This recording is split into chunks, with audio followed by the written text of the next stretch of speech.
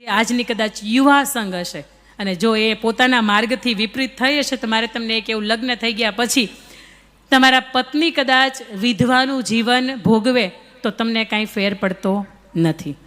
તમારા મા બાપ એ આખી જિંદગી તમારી ઉપર ગર્વ કર્યો છે કે હા મારે ઘરે આંગણે દીકરો છે, અને છેલ્લે અંતકાળ એનો કોઈ પણ વ્યક્તિના જીવન ઉપર નિર્ભર ન રહે. અને ઠીક, હવે આની કરતાં તો પાણો જન્મો હોત તો સારું હતું. મા બાપ આવો નિસાવો નાખે તોય તમને કાંઈ ફેર નથી પડતો.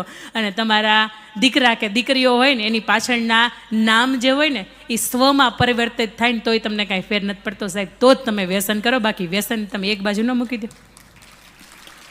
અને પાટીદાર એટલે પાણીદાર પાટીદાર. અને પાટીદારને આ વ્યસન નામની વસ્તુ, આ વ્યસન નામની બલા ખપે જ નહીં. એની અંદર કદાચ આરેડી આવતી હોય, વિમલ આવતી હોય, બગડીયો માવો આવતો હોય, એમાં લાલ લીલું પીળું પાણી જે પણ તમે કહો એ આવતું હશે, પણ સાહેબ વ્યસન નહીં, વ્યસન છે. એ કફન કેદી ઓઢાડી દે એની ખબર નથી. અને ડૉક્ટર સાહેબ એવું કહેશે ને કે ચોથા સ્ટેજનું, ત્રીજા સ્ટેજનું કેન્સર છે, અને તે દિવસે માથા દિવાલની માથે પછાડો ને તો એ ખબર નહીં પડે કે હવે જવું ક્યાં. અને આવા બહુ નજીકથી મેં પરિવારોને જોયા છે સાહેબ. અને વ્યસનની અંદર, ધૂનની અંદર જે માણસ હોય ને એ પરિવારનું, પત્નીનું, બાળકોનું, મા બાપનું ક્યારેય હિત ન ઈચ્છી શકે. પણ વાત હું એ કરું છું કે ઘરનો કદાચ મોભી હોય અને તમારી ઉપર ઘરનું કરતા હરતા ઘરના પાલનની જવાબદારી હોય તો બાપ બે હાથ જોડીને અહીંયા કહેજો, આ 13મી ઓગસ્ટ અને હમણાં 79મો સ્વતંત્રતા દિવસ આવશે, અને આ મોટી વિરાણીના કાર્યક્રમની અંદરથી મને શું મળ્યું, હું મારું હું આર્થિક યોગદાન આપી શકો? કાંઈ ન આપ્યું હોય ને તો બાપ તમારું જે માવો હોય, આરએમડી હોય, વિમલ હોય, કદાચ લાલ પીળું પાણી હોય ને એને ઘા કરીને જાજો. આ ધરતી શૂરવીરતાની ધરતી છે. આ ધરતી તમને અંદરથી નવી ઉર્જા આપે કે બાપ તું એના વગરનો રહી શકે છે. એવું નથી કે એની લત છે, એની વગરનું પણ રહેવાય છે. પણ વાત તમને હું કરું છું કે ઘરનો આર્થિક મોભી કેવો હોય. આર્થિક મોભીની મેં જ્યારે તમને એક ઉદાહરણ તરીકે વાત કરી કે આની વગરનો હોય, પણ તમે જોજો ખરેખર કે આર્થિક મોભી તરીકે, ઘરનો વહીવટ કરતા તરીકે તમને આદર્શ રામ યાદ આવશે. કેમ કે એ તમને કહે છે કે ભાઈ કેવો હોય. સુરતનો અમારો એક પ્રસંગ છે. ઘર, એ ઘરની અંદર બે ભાઈઓ રહે. એક ભાઈને કરોડોનું હાજુ, પણ મા બાપની ઈચ્છાથી જ્યાં સુધી એ જીવે છે ત્યાં સુધી જુદા નહીં થાય, આવી પ્રતિજ્ઞાથી બંધાયેલા બે ભાઈ છે. એકની પાસે કરોડોનું હાજુ ને બીજાની પાસે એમ કહેવાય કે કરજની અંદર ડૂબેલો. એ માણસે 15-17 ધંધા કર્યા પણ ક્યાંય એને બે પાંદડે ન થયો. એક સંત મહાત્મા છે, એના ઘરે આવે છે. સંત છે એ પામી જાય છે કે નાનો ભાઈ છે એની કમાણી ઓછી છે, એટલે ઘરની અંદર કદાચ એટલું માનપાન નથી જેટલું મોટાનું છે. મોટો છે એને ગાળ ઉપર એવું કહેવાય કે ગાળો આપીને ઉઠાડે ને ગાળો આપીને બેસાડે, છતાંય નાનો ભાઈ જે છે ને એના ચહેરા ઉપર જરી કે લકીર માત્ર ફેર ન પડે. એ સંત છે, બંનેને આશીર્વાદ આપે છે. સંત છે એ નાના ભાઈને એક બાજુ લઈ જાય છે અને પૂછે છે કે આ ઘરની અંદર તારા બાપાને હું ઓળખું છું, જ્યાં સુધી એ જીવે છે ત્યાં સુધી તમને બેન જુદા નહીં થવા દે. પણ એક વસ્તુ મેં જોઈ કે મોટો છે એની પાસે આટલો કરોડોનું હાજુ છે અને તું આટલો બધો કરજમાં દેવાઈ ગયો છો, ડૂબી ગયો છો, તો તારો મોટો ભાઈ છે તને મદદરૂપ કેમ નથી થતો? કદાચ કે મેં 15-17 ધંધા ફેરવા પણ હું બે પાંદડે ન થયો, ક્યાંય ફાવ્યું નહીં. એટલે જે હોય પણ બોલો ને ઈશ્વર, તમારે મને શું પૂછવું છે? અને ત્યારે સંત એને પૂછે છે કે આટલું અપમાન સહન કર્યા પછી પણ તું આ ઘરની અંદર રહી કેમ શકે છે? અને ત્યારે નાનો ભાઈ એવું કહે છે કે બાપાની કદાચ સમાજની વચ્ચે એટલી તો કિંમત છે જ કે રહેવું પડે છે. એક મજબૂરી આ છે ને બીજી મજબૂરી આ છે કે મોટો ભાઈ કદાચ ભેગું કરવા માટે રહેતો હશે પણ હું ભેગું રહેવા માટે રહું છું. સાહેબ, આ બહુ મહત્વની વાત છે કે ઘરની અંદર કદાચ મોટો ભાઈ એવું કે તું તો હાવ ગધેડા જેવો છો, પણ સાંભળી લેવાનું, એ મોટો છે કે હું ફેર પડે. પણ પ્રભુ શ્રી રામ આદર્શ ભાઈ કોને કહેવાય એની મારે તમને વાત કરવી છે. ત્યારે પ્રભુ શ્રી રામને જ્યારે ગાદી ઉપર બેસાડવામાં આવ્યા, વશિષ્ઠ ઋષિ જ્યારે એનું રાજ્યાભિષેક કરવાના હતા, એની આગળની રાત્રિએ જ્યારે દશરથ રાજાએ એની પાસે વનવાસ માગ્યો, એને આપ્યો, પણ એ પહેલાં વશિષ્ઠ ઋષિ એને પૂછે છે કે રામ, અયોધ્યાની અંદર કોઈ એવી રીત ખરી કે જે તમને ન ગમતી હોય? અને ત્યારે પ્રભુ શ્રી રામ એવું કહે છે કે હા, અયોધ્યાની મને, રઘુકુળની મને બધી જ રીત ગમે છે, પણ એક વાતનો અફસોસ છે કે અમારા 4 ભાઈનો જન્મ સાથે થયો, અમારો કર્ણવેદ સંસ્કાર સાથે થયો, અમારો યજ્ઞોપવિત સંસ્કાર સાથે થયો, અમે શિક્ષણ સાથે લીધું, અમે મોટા સાથે થયા, અમારા લગ્ન પણ એક જ ઘરની અંદર 4 કન્યાઓની એક જ સાથે થયા, છતાં પણ જ્યારે આ રાજગાદીનો સમય આવ્યો આપવાનો ત્યારે હું એકલો જ કેમ? પ્રભુ શ્રી રામ પણ તમને મને એવું શીખવે છે કે જીવનની અંદર સુખનો સમય આવે ને તે દિવસે આપણો ભાઈ આપણને ભૂલાય નહીં. અને કદાચ એ 14 વર્ષના વનવાસા નીકળી પણ પડ્યા હતા. વનદેવી એનું સ્વાગત કર્યું અને કહ્યું કે પ્રભુ આપની હું શું સેવા કરી શકું. અને ત્યારે પ્રભુ શ્રી રામ એવું કહે છે કે દેવી, આપને જો કોઈ સેવા જ કરવી હોય ને તો તમે એવું કરો કે રસ્તામાં આવ્યા ને તો ખૂબ કાંટા પડ્યા છે, એ કાંટાને ઉઠાવી લો. વનદેવી છે એ મરક મરક હસે છે ને એવું કહે છે કે પ્રભુ તમારો નિર્ણય ખૂબ જ યોગ્ય હોય. તમે જે રસ્તાએથી આવ્યા છો એ રસ્તા ઉપર તમને કદાચ કોઈ પણ મનાવવા આવે તોય તમે પાછા નહીં જાઓ, છતાં પણ તમે એવું કેમ કહો છો કે આ કાંટા ઉઠાવી લ્યો. અને તે દિવસે પ્રભુ શ્રી રામ એવું કહે છે કે ભરત મામાને ઘેર ગયો હતો. એને નથી ખબર કે હું એ વનની અંદર આવી ગયો. એને જ્યારે ખબર પડશે ને ત્યારે એ આવશે. મને કાંટા વાગવા હોય તો ભલે વાગે, પણ મારા ભાઈને કાંટા ન વાગવા જોઈએ. વનદેવી હસતા હસતા કહે છે કે હવે તો અયોધ્યાનો મુકુટ એની માથે છે, એ તો હવે રાજા કહેવાય. અને રાજા તો રથ લઈને આવે. અને તે દિવસે તો હૈયે કેટલો ભરોસો હશે પોતાના ભાઈ ઉપર. અને રામ એવું કહે છે કે નહીં, મને ખબર છે એને ચરણ પાદુકા પહેરવાનો પણ સમય નહીં મળે અને એ ભાગતો ને હાંફતો દોડતો ત્યાં આવશે. મને કાંટા વાગે તો વાંધો નહીં, પણ મારા ભાઈને કાંટા ન વાગવા જોઈએ. આ ભાઈ પ્રેમ હોય. અને એ પછી આપણે પણ સાક્ષી છીએ કે 14 વર્ષ જેમ પ્રભુ શ્રી રામે વલકલ પહેરીને વનમાં વિતાવ્યા ને, એમ અહીંયા પણ એનું જે રાજ સિંહાસન હતું એની અંદર પ્રભુ શ્રી રામની ચરણ પાદુકા મૂકીને આખા અયોધ્યાની બાદ એક નંદ કુટીર કરીને પોતે પણ 14 વર્ષ સુધી પોતાના ગૃહ આશ્રમનો ત્યાગ કરીને પોતે પણ 14 વર્ષ સુધી એણે સંન્યાસીનું જીવન જીવ્યા છે. ત્યાં સુધી સાહેબ કે 14 વર્ષ પછી પ્રભુ શ્રી રામ અયોધ્યાને આંગણે પાછા આવે છે અને પ્રભુ શ્રી રામ બધાની સામે નજર નાખે છે. બધાનો જે અતિથિ સત્કાર હોય એ સ્વીકારે છે. અને પ્રભુ શ્રી રામ પૂછે છે, ભરત, આ અયોધ્યાની અંદર કેમ વૃદ્ધો અને કેમ યુવા વર્ગ દેખાય છે, બાળકો કેમ નથી દેખાતા? અને તે દિવસે ભરત પણ એવું કહે છે કે પ્રભુ, આપ 14 વર્ષ ત્યાં ગયા અને આપે પણ આપણું દાંપત્ય જીવન નથી જીવ્યું, આપણે પણ બ્રહ્મચર્યનું પાલન કર્યું છે. આ અયોધ્યા આખાએ બ્રહ્મચર્યનું પાલન કર્યું છે. 14 વર્ષથી અહીંયા પણ કોઈ સંતાનનો જન્મ નથી થયો. સાહેબ, આવો ભાઈનો પ્રેમ હોય ને તો સમાજનો પ્રેમ તમને મને મળે. હમણાં 6 ઓગસ્ટ ગઈ, આજે 13 ઓગસ્ટ, 6 ઓગસ્ટ 1945 એટલે બીજા વિશ્વયુદ્ધનો સમય. અને એ સમયની વચ્ચે જાપાનની અંદર હિરોશીમા અને નાગાસાકી ઉપર અમેરિકાવાળાએ પરમાણુ બોમ્બનો હુમલો કર્યો, એની પોતાની શક્તિનું પ્રદર્શન કરવા માટે. બરાબર સવારે 10-11-12 વાગ્યાનો 10-11 વાગ્યાનો સમય.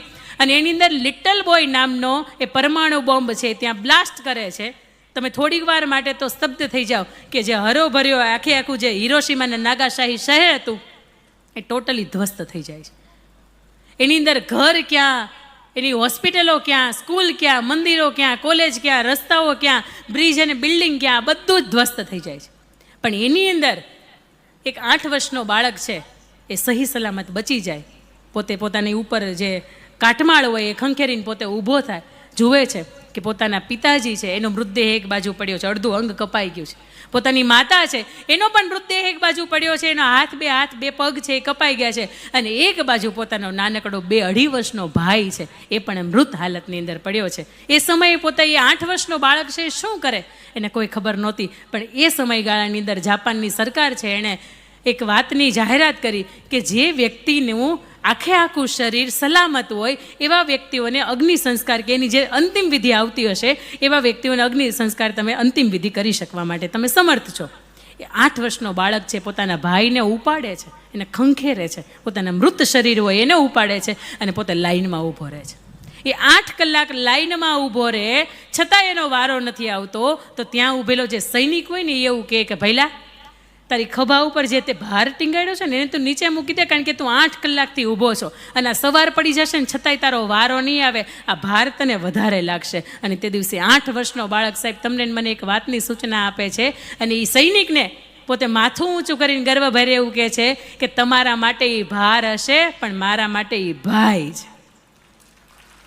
આ 8 વર્ષનો બાળક તમને મને કહે છે કે ભાઈ પ્રત્યે લાગણી કેવી હોય. અને વાત નંબર 3 કે જેનું તમે બહાર સ્ટેચ્યુ પણ મૂક્યું છે અને પાટીદાર સમાજ માટે માથું ઊંચું કરીને ગર્વભેર કે જેનું નામ લઈ શકે કે અમે પાટીદારના સંતાનો છીએ એવું એકમાત્ર વિશ્વની અંદર ગુંજતું નામ એટલે સરદાર વલ્લભભાઈ પટેલ. એમનું દેહાંત થયું ને ત્યારે માત્ર 6 ફૂટના પણ નહોતા પૂરા. પણ આજે તમે ને હું statue of unity Kevadia colony ખાતે જઈએ અને માથું આખું ઊંચું કરીએ ને 597 ફૂટની હાઈટ ઉપર બેઠા છે ને એનું ચરિત્ર બોલે છે, એની ખાનદાની ને એની નીતિમત્તા, એની અંદરનું જે એક જૂથ કરવા પડેની જે તાકાત હતી ને એ બોલે છે. અને એથી વિશેષ તમને મારે વાત કરવી છે કે એના ગજવાની અંદર એનું દેહાંત થયું ને ત્યારે 300 રૂપિયા પણ નહોતા, પણ આજ ભારત સરકારે એને 3000 કરોડના ખર્ચે વિશ્વનું સૌથી ઊંચામાં ઊંચી પ્રતિજ્ઞા તરીકે જો એને પ્રસ્થાપિત કરવી પડે એ આપણા સરદાર વલ્લભભાઈ પટેલ હતા. જેની કરન્સીમાં નોટ છે, ભલા માણસ એનું મોહનદાસ ગાંધીનું ન થાય, એનું સ્ટેચ્યુ ન ઊંચું થાય, કારણ કે તો રાષ્ટ્રપિતા કહેવાય. છતાં પણ 52 દિવસની અંદર 562 રજવાડા ભેગા કરવાનું કોઈ એકમાત્ર વ્યક્તિત્વએ જો કોઈ સાહસ ઉઠાવ્યું હોય ને તો પોતે એકલાએ, કે કાંઈ વાંધો નહીં. અંગ્રેજોએ એવું કીધું, બ્રિટિશ સરકારે એવું કીધું કે 52 દિવસ પછી 14 ઓગસ્ટે અમે રાત્રે જતા રહીએ છીએ અને હવે અલગ અલગ અમે ભાગલા પાડી દીધા છે. તમે 562ની અંદર રજવાડા ઉપર વિખરિત થઈ ગયા છો, હવે તમે એકલા ભેગા કરી જાઓ. અને તે દિવસે સરદાર વલ્લભભાઈ પટેલ એવું કહે છે, કાંઈ વાંધો નહીં, અમારા માટે 52 દિવસ બહુ મહત્વના છે. અલગ અલગ જગ્યાઓનું પોતે આખો નકશો બનાવે છે, નક્કી કરે છે કે આ નાના નાના રજવાડોની પોતાની કરન્સી, એની પોતાની જે ચલણી નોટ હોય પોતાની, અને છતાં આ બધાને ભેગા કેમ કરવા. સૌથી પહેલું રજવાડું અને સૌથી મોટું રજવાડું એટલે ભાવનગરના રાજવી કૃષ્ણકુમાર સિંહજીનું રજવાડું, 1800 પાદરના ધણીનું રજવાડું. ત્યાં જાય છે અને બાપુને એવું કહે છે કે બાપુ સૌથી મોટું રજવાડું તમારું છે અને 562 રજવાડાઓ છે, મારે 52 દિવસની અંદર એકત્રિત કરવાના છે. બાપુ તમે રજવાડું તમારું જો હોમો ને તો હું કહી શકું ગર્વભેર કે બાપુ એ પેલું હોમ્યું એટલે તમારા તો નાના નાના છે. અને તે દિવસે કૃષ્ણકુમાર સિંહજી છે 1 મિનિટની પણ રાહ નથી જોતા અને એના જેટલા પણ દસ્તાવેજ હોય ને એની ઉપર એ સાઇન કરી આપે છે ને એવું કહે છે કે લ્યો આજથી અખંડ ભારતની હોપ્યું. પછી વાત એવી થાય છે કે આની અંદર મહારાણીનો કરિયાવર પણ છે, એનો દાયજો પણ છે. તો એ કરિયાવર એ મહારાણીને શું કરવું, મારે એક વખત એની પરમિશન લેવી પડશે, કારણ કે ભગવતસિંહજી કૃષ્ણકુમાર સિંહજીના વેવાય, પોતે ગોંડલના રાજવી ભગવતસિંહજીના દીકરાના દીકરી એટલે વિજયાબા કુંવરબા સાંઈબા, એનો જે પોતે કરિયાવર તો એટલે પૂછવા માટે મોકલે. એક નોકર છે એ રાણીવાસની અંદર જાય ને એવું કે રાણીબા આપણો દેશ આઝાદ થાય છે, આપણું રાજ છે એ જાય છે અને મહારાજે કેવડાવ્યું છે કે તમારો દાયજો તમારો કરિયાવર છે એનું શું કરવાનું છે. મહારાજે બધું એનું જેટલી પણ હતું સત્તા સામગ્રી બધું હોપી દીધું છે. અને તે દિવસે આ દેશની આર્ય નારી, આ દેશની વિરાંગના, દેશની સ્ત્રી એવું બોલે છે કે આખો હાથી શણગારીને જતો હોય ને તો ભલા માણસ એના વાઘા કે એનો શણગાર ઉતારવાનો ન હોય. અને એ સ્ત્રી પાસેથી તમને મને શીખવેડે છે કે 4 ફેરા ધર્મ અર્થ કામને મોક્ષના ફરો ને તો સૌથી પહેલો ફેરો તમે ફરો ધર્મનો ફેરો. અને જે દિવસે પતિ ધર્મના કાર્યની અંદર એનો હાથ લાંબો કરે ને તે દિવસે બીજો હાથથી આમ ખેંચવાનો ન હોય, એક હાથથી આમ આહુતિ આપે ને તો બીજા હાથથી આહુતિ અપાવવાની હોય. આ સ્ત્રી છે. વાત મેં તમને કરી પેલો કે પુરુષ કેવો હોય, ઘરનો ભાઈ કેવો હોય, ઘરનો મોભી કેવો હોય તો ઘર ટકે. સરદાર વલ્લભભાઈનો પ્રસંગ તમને શીખવે છે કે ભાઈ કેવો હોય. અને સરદાર વલ્લભભાઈના પ્રસંગની જીવનની એની બીજી વાત મારે તમને કરવી છે કે પોતે જ્યારે 33 વર્ષની વયે વિધુર થયા, પોતાની પાસે પોતાની અંગત મૂડીમાંથી એણે 10,000 જેટલી રકમ છે એ બચાવીને રાખી હતી. અને એ સમયમાં પોતે નક્કી કર્યું કે મારે વિદેશ જવું છે અને મારે બેરિસ્ટરની ડિગ્રી પ્રાપ્ત કરવી છે, મારે હજી ભણવું છે.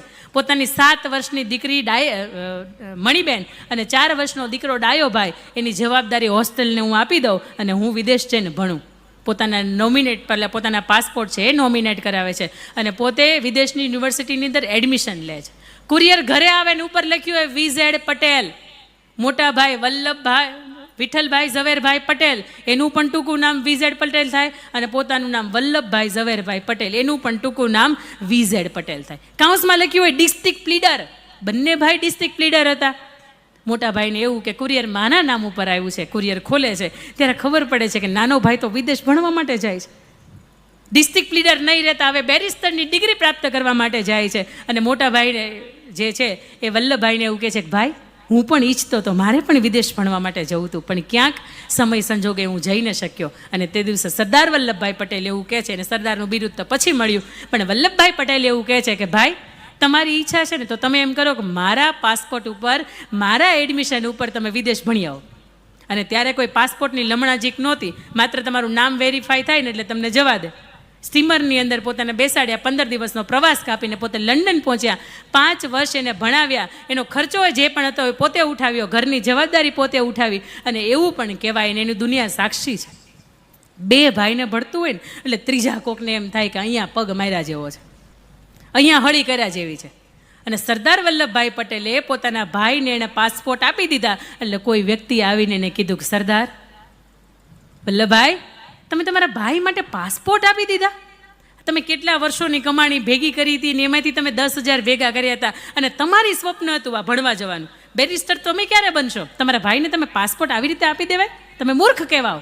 અને તે દિવસે સરદાર વલ્લભભાઈ પટેલ એવું કહે છે કે ભાઈને માટે પાસપોર્ટ નહીં, પ્રાણ પણ આપવાના હોય ને તો હું સાહેબ આપી દઉં. આ આપણા સરદાર પટેલ, અને આ એની જે મહાનતા હતી, એનું જે ચારિત્ર્ય હતું, એની જે અંદરની નીતિમત્તા હતી ને એના કારણે આજે 3,000 કરોડના ખર્ચે 597 ફૂટના હાઈટ ઉપર એ ઊભા છે.